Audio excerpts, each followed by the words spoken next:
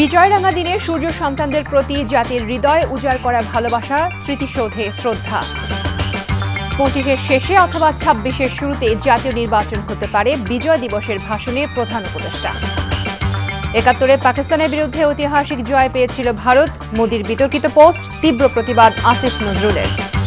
সবার আগে বাংলাদেশ কনসার্টে লাখো মানুষের ঢল, দীপ্ত শপথে তারুণ্যের জয়গান।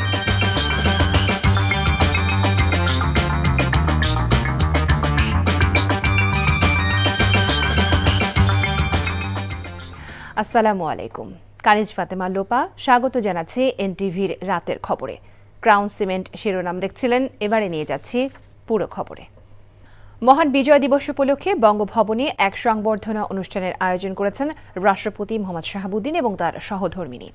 বাংলাদেশের 54তম বিজয় দিবস উপলক্ষে বঙ্গভবনের সবুজ লনে আয়োজিত সংবর্ধনা অনুষ্ঠানে বাংলাদেশ সফররত পূর্ব তিমুরের প্রেসিডেন্ট হোসে রামোস হোর্তা যোগ দেন। প্রধান বিচারপতি সৈয়দ রেফাত হাসান, অন্তর্বর্তী সরকারের উপদেষ্টা মণ্ডলীর সদস্যরা, রাষ্ট্রদূত, বিভিন্ন দেশের হাইকমিশনার সহ কয়েক হাজার অতিথি উপস্থিত ছিলেন। অনুষ্ঠানে অংশ নেন বিএনপি, জামায়াত সহ বিভিন্ন রাজনৈতিক দলের সিনিয়র নেতারা। এছাড়া সুপ্রিম কোর্টের বিচারপতিগণ, 3 বাহিনীর প্রধান, শিক্ষাবিদ, ব্যবসায়ীরা ছিলেন। আমন্ত্রিত অতিথিদের মধ্যে বীর মুক্তিযোদ্ধা এবং বীরশ্রেষ্ঠ খেতাবপ্রাপ্তদের পরিবার ও বিশিষ্ট নাগরিকরা সংবর্ধনা অনুষ্ঠানে উপস্থিত ছিলেন। নির্বাচন নিয়ে প্রধান উপদেষ্টার বক্তব্যকে স্বাগত জানিয়েছে বিএনপি। দলের স্থায়ী কমিটির সদস্য মির্জা আব্বাস বলেছেন, রাজনৈতিক দলগুলো যেভাবে চায় সেভাবেই নির্বাচন হওয়া উচিত। জাতীয় স্মৃতিসৌধ ও শহীদ রাষ্ট্রপতি জিয়াউর রহমানের মাজারে শ্রদ্ধা নিবেদন শেষে এসব বলেন তিনি। ইমরুল আহসানের রিপোর্ট। রাষ্ট্রীয় আনুষ্ঠানিকতা শেষে জাতীয় স্মৃতিসৌধে ঢল নামে সাধারণ মানুষ ও রাজনৈতিক দলের নেতাকর্মীদের।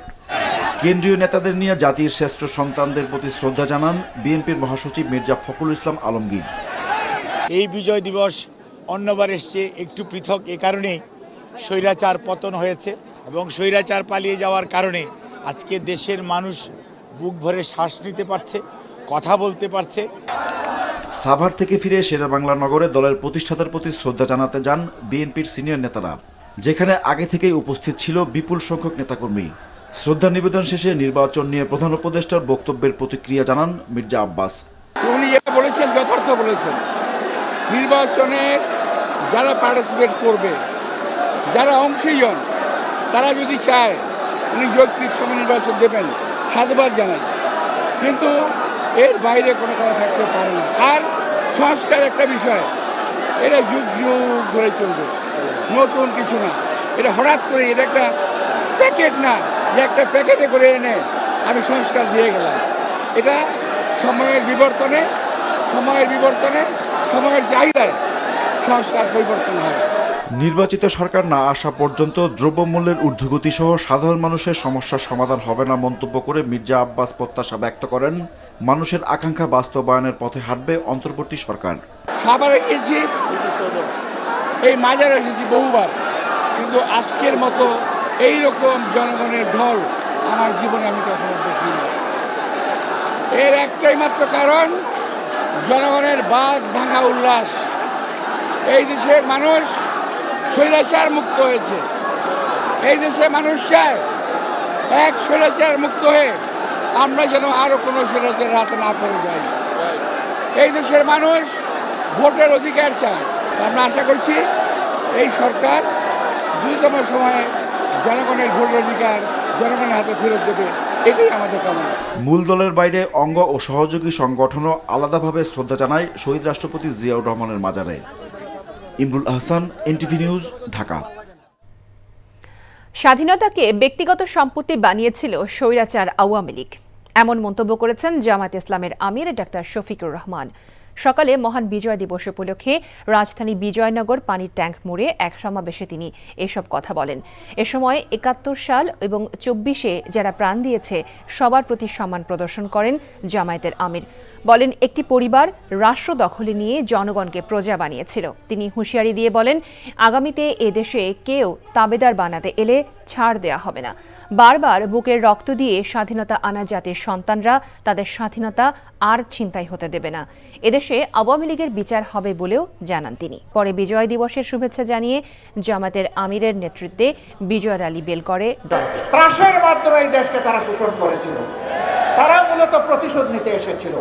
তারা বাংলাদেশটাকে টুকরা টুকরা করে বিভক্ত করে হানাহানি হিংসার রাজত্ব কায়েম করে পালিয়ে গিয়ে এখনো বাংলাদেশকে তারা স্থির থাকতে দেন না। তারা মাঝে মধ্যে ফোনা তুলে ফুসফাস করার চেষ্টা করেন। যেই জাতি আপনাদেরকে উচিত শিক্ষা দিয়ে তাড়াতে পেরেছে সেই জাতি আপনাদের ফোনাও একদম গুঁড়া করে দিতে পারে, এটা মনে রাখবেন। 1971 সালের 16 ডিসেম্বর মহান বিজয় দিবসে পাকিস্তানের বিরুদ্ধে ভারত ঐতিহাসিক জয় পেয়েছিল। সামাজিক যোগাযোগের মাধ্যমে এক্সে এমন পোস্ট দিয়েছেন ভারতের প্রধানমন্ত্রী নরেন্দ্র মোদী। মোদীর এমন পোস্টের তীব্র প্রতিবাদ ও নিন্দা জানিয়েছেন অন্তর্বর্তী সরকারের উপদেষ্টা আসিফ নজরুল এবং বৈষম্য বিরোধী ছাত্র আন্দোলনের আহ্বায়ক হাসনাত আবদুল্লাহ। মোদী তার পোস্টে বলেন, ঐতিহাসিক ওই জয়ে সাহসী ভারতীয় সৈনিকদের আত্মত্যাগ চিরস্মরণীয় হয়ে থাকবে। পোস্টে সুকৌশলে বাংলাদেশের মুক্তিযুদ্ধকে ভারতের যুদ্ধ বলে দাবি করেন। বিজয় দিবসে বাংলাদেশের নামই এড়িয়ে গেছেন তিনি। মহান বিজয় দিবস নিয়ে ভারতের প্রধানমন্ত্রীর পোস্টের তীব্র প্রতিবাদ জানিয়ে নিজের ভেরিফাইড ফেসবুকে দিয়েছেন আইন উপদেষ্টা আসিফ নজরুল। লিখেছেন, 16 ডিসেম্বর 1971 ছিল বাংলাদেশের বিজয়ের দিন। ভারত ছিল এই বিজয়ের মিত্র, এর বেশি কিছু নয়। মোদীর পোস্টের কড়া সমালোচনা করে ফেসবুকে পোস্ট দিয়েছেন হাসনাত আবদুল্লাহ। বলেন, পাকিস্তানের বিরুদ্ধে বাংলাদেশের স্বাধীনতার জন্যই মুক্তিযুদ্ধ সংঘটিত হয়েছিল, কিন্তু মোদী দাবি করেছেন এটি শুধু ভারতের যুদ্ধ এবং তাদের অর্জন। তাদের বক্তব্যে বাংলাদেশের অস্তিত্বই উপেক্ষিত বলেও সমালোচনা করেন হাসনাত। 24-এর বিপ্লবীদের শরীরে এক বিন্দু রক্ত অবশিষ্ট থাকতে দেশে আওয়ামী লীগের পুনর্বাসন হতে দেওয়া হবে না জানিয়ে বৈষম্য বিরোধী ছাত্র আন্দোলন এবং জাতীয় নাগরিক কমিটির নেতারা বলেছেন, সত্যিকারের নতুন বাংলাদেশ না পাওয়া পর্যন্ত তরুণদের সংগ্রাম চলবে। মহান বিজয় দিবস উপলক্ষে রাজধানীতে আলাদা বিজয় র্যালি এবং সমাবেশে তারা এসব কথা বলেন। নূর হোসেনের রিপোর্ট। মহান বিজয় দিবস উপলক্ষে রাজধানীর বাংলা মোটর এলাকা থেকে বিজয় র্যালি বের করে জাতীয় নাগরিক কমিটি। অংশ নেন নানা শ্রেণী পেশার মানুষ। শাহবাগে সংক্ষিপ্ত সমাবেশে নেতারা বলেন, 24 পরবর্তী বাংলাদেশে কোনো দেশের আধিপত্য মেনে নেওয়া হবে না। আমরা পৃথিবীর প্রত্যেকটি দেশকে বলে দিতে চাই, আমাদের সাথে সম্পর্ক হতে হবে সম্মানের, সম্পর্ক হতে হবে সমতার। কেউ যদি শোষণের দৃষ্টিতে আমাদের দিকে তাকায়, আমরা সেই চোখ উপড়ে ফেলবো। আমাদের শরীরে যতদিন রক্ত থাকবে আমরা বাংলাদেশে আওয়ামী লীগের পুনর্বাসন হতে দেব না, বাংলাদেশে মুজিববাদ পুনর্বাসন হতে দেব না, আমরা বাংলাদেশে চাঁদাবাজি টেন্ডারবাজি পুনর্বাসন হতে দেব না। এর আগে কেন্দ্রীয় শহীদ মিনার এলাকা থেকে বিজয় র্যালি বের করে বৈষম্য বিরোধী ছাত্র আন্দোলন। লাল সবুজের পতাকা মাথায় নিয়ে রাজধানীর বিভিন্ন স্কুল, কলেজ, বিশ্ববিদ্যালয় ও মাদ্রাসা শিক্ষার্থীরা এতে অংশ নেন। শিশু কিশোর সহ সব শ্রেণী পেশার মানুষের কণ্ঠে ছিল নতুন বাংলাদেশের গান। ধর্ম নিয়ে কোনো বিরোধ থাকবে না, আমরা সবাই একসাথে মিলেমিশে এই দিনটা উদযাপন করি। সকলকে কথা বলার সুযোগ দিতে পারি, আমাদের সেই সহনশীলতা গড়ে উঠুক। আমার অনেক আগ্রহ ছিল যে কখন সকাল হবে। নগরীর বিভিন্ন সড়ক প্রদক্ষিণ শেষে শহীদ মিনারে সংক্ষিপ্ত সমাবেশে ছাত্রনেতারা বলেন, তরুণদের সংগ্রাম এখনো শেষ হয়নি। আমরা 71 একটি মানচিত্র পেয়েছি লক্ষ লক্ষ শহীদ ভাই বোনদের আত্মত্যাগের মাধ্যমে, কিন্তু আমাদের স্বাধীনতা সার্বভৌমত্ব পূর্ণাঙ্গভাবে অর্জিত হয় নাই। আমাদের লড়াই চলমান। বাংলাদেশ বিরোধী অপশক্তির ষড়যন্ত্র মোকাবেলায় সবাইকে সতর্ক থাকার আহ্বান ছাত্রনেতাদের। নূর হোসেন, এনটিভি নিউজ, ঢাকা। রাজশাহীর শারদায় পুলিশ একাডেমিতে 40তম BCS এর প্রশিক্ষণরত 25 ASPকে শোকজ করা হয়েছে। রোববার একাডেমির অধ্যক্ষের পক্ষে পুলিশ সুপার তানভীর সালেহীন ইমন স্বাক্ষরিত পৃথক পৃথক আদেশে তাদের কাছে ব্যাখ্যা চাওয়া হয়। আদেশে বলা হয়, প্রশিক্ষণ চলাকালে গত 26শে নভেম্বর বিকেলে প্রশিক্ষণে অংশগ্রহণ না করে 25 জন এলোমেলোভাবে হাঁটাহাঁটি করেন। এদের কারণে অন্যরা সঠিকভাবে প্রশিক্ষণে মনোযোগ দিতে পারছিলেন না। তাদেরকে দৌড়ানোর আদেশ করা হলেও 25 জন তাতে কর্ণপাত না করে কটূক্তিমূলক কথা বলেন। এতে প্রশিক্ষণ কার্যক্রম ব্যাহত হয়। ঢাকা জেলা আওয়ামী লীগের সাবেক সাধারণ সম্পাদক ও ঢাকা জেলা পরিষদের সাবেক চেয়ারম্যান বীর মুক্তিযোদ্ধা মাহবুবুর রহমান ও তার মেয়েসহ ৮ আওয়ামী লীগ নেতাকর্মীকে জাতীয় স্মৃতিসৌধ থেকে আটক করেছে পুলিশ। বিজয় দিবস উপলক্ষে বীর শহীদদের প্রতি শ্রদ্ধা জানাতে গেলে তাদের আটক করা হয়। আশুলিয়া থানার ওসি আবু বক্কর সিদ্দিক জানান, এদের মধ্যে মাহবুবুর রহমানের বিরুদ্ধে বৈষম্য বিরোধী আন্দোলনের সময় ছাত্রদের উপর গুলি এবং হত্যাকাণ্ডের ঘটনায় বিভিন্ন থানায় একাধিক মামলা রয়েছে। ঘটনাস্থল থেকে কয়েকজন পালিয়ে গেলেও ৮ আওয়ামী লীগ নেতাকর্মীকে আটক করে পুলিশ।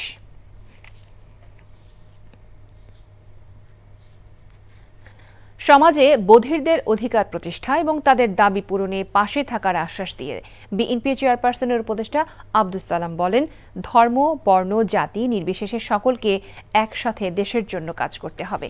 রাজধানী বিজয়নগরে বিজয় দিবস উপলক্ষে আলোচনা সভা এবং ক্রীড়া প্রতিযোগিতার পুরস্কার বিতরণী অনুষ্ঠানের আয়োজন করে জাতীয় বধির সংস্থা ও ঢাকা বধির সংঘ। অনুষ্ঠানে প্রধান অতিথি হিসেবে উপস্থিত ছিলেন বিএনপি চেয়ারপারসনের উপদেষ্টা আব্দুস সালাম। বধিরদের বিভিন্ন সমস্যা ও তাদের অধিকার নিয়ে আলোচনা করা হয় এই সভায়। সমাজে তাদের অবদান এবং তাদের বিভিন্ন কাজের প্রশংসা করা হয়। শহীদ মুক্তিযোদ্ধাদের প্রতি শ্রদ্ধা নিবেদন করা হয় আয়োজনে। শেষে ক্রীড়া প্রতিযোগিতায় অংশগ্রহণকারীদের মধ্যে পুরস্কার বিতরণ করা হয়। মহান বিজয় দিবসে জীবন উৎসর্গ করা জাতির শ্রেষ্ঠ সন্তানদের স্মরণ করলেন বিএনপি নেতারা। বগুড়া জেলা পরিষদ মিলনায়তনে জেলা বিএনপির আলোচনা সভায় শহীদদের প্রতি গভীর শ্রদ্ধা জানানো হয়। স্বাধীনতা যুদ্ধে অসামান্য অবদান রাখার জন্য বিএনপি নেতারা স্মরণ করেন স্বাধীনতার ঘোষক দলের প্রতিষ্ঠাতা শহীদ প্রেসিডেন্ট জিয়াউর রহমান সহ সকল শহীদকে। জেলা বিএনপির সভাপতি রেজাউল করিমের সভাপতিত্বে সভায় প্রধান অতিথি ছিলেন বিএনপি চেয়ারপারসনের উপদেষ্টা হেলালুজ্জামান তালুকদার লালু। অন্যদিকে বাংলাদেশ মেডিকেল অ্যাসোসিয়েশন বগুড়া জেলা শাখার আহ্বায়ক অধ্যাপক ডক্টর আফজারুল হাবিব রোজের সভাপতিত্বে একটি হলরুমে বিজয় দিবসে আলোচনা সভা অনুষ্ঠিত হয়। এতে প্রধান অতিথি ছিলেন শহীদ জিয়াউর রহমান মেডিকেল কলেজ ও হাসপাতালের সাবেক অধ্যক্ষ মওদুদ হোসেন আলমগীর পাভেল। চাঁদপুরে একটি বেসরকারি সংগঠনের উদ্যোগে 10,000 রোগীকে চিকিৎসা সেবা ও ওষুধ বিতরণ করা হয়েছে। সকাল থেকে দিনব্যাপী চিকিৎসা সেবা দেওয়া হয়। টানা 3 বছর ধরে মতলব উত্তরের নিশ্চিন্তপুর উচ্চ বিদ্যালয় প্রাঙ্গণে আমির হোসেন মিয়াজি মেমোরিয়াল ফাউন্ডেশন বিনামূল্যে এ চিকিৎসা সেবা দিচ্ছে। প্রত্যন্ত গ্রামে শতাধিক চিকিৎসক পেয়ে খুশি স্থানীয়রা। এই কার্যক্রমে প্রধান অতিথি হিসেবে উপস্থিত ছিলেন বিএনপি চেয়ারপারসনের উপদেষ্টা কাউন্সিলের সদস্য বীর মুক্তিযোদ্ধা মনিরুল হক চৌধুরী। এছাড়া মেমোরিয়াল ফাউন্ডেশনের সভাপতি অধ্যাপক ডক্টর শামীম আহমেদ সহ অন্যরা উপস্থিত ছিলেন। মহান বিজয় দিবস উপলক্ষে বিজয় মেলা ও সাংস্কৃতিক সন্ধ্যার আয়োজন করেছে ধানমন্ডি সোসাইটি। 2 দিনব্যাপী এই অনুষ্ঠানে 13 জন গুণী ব্যক্তিকে সম্মাননা দেওয়া হয়েছে। সন্ধ্যায় রাজধানীর ধানমন্ডি 4 নম্বর মাঠে আয়োজিত মেলার দ্বিতীয় দিনে গুণী ব্যক্তিদের ও তাদের পরিবারের হাতে সম্মাননা তুলে দেন ধানমন্ডি সোসাইটির আয়োজকরা। বিভিন্ন খাতে অবদান রাখার জন্য 7 জনকে মরণোত্তর সম্মাননা ও 6 জনকে আজীবন সম্মাননা দেওয়া হয়। গুণীজনদের সম্মাননা দেওয়া ছাড়াও ধানমন্ডি সোসাইটি ওই এলাকাকে বসবাসযোগ্য করতে যারা অবদান রেখেছে এমন ব্যক্তি ও প্রতিষ্ঠানকে সম্মাননা দিয়েছে। এছাড়া জুলাই আগস্টের গণঅভ্যুত্থানের পর দেশ সেবায় ট্রাফিক নিয়ন্ত্রণ সহ বিভিন্ন কাজ করা শিক্ষার্থীদেরও সনদ দেওয়া হয় অনুষ্ঠানে।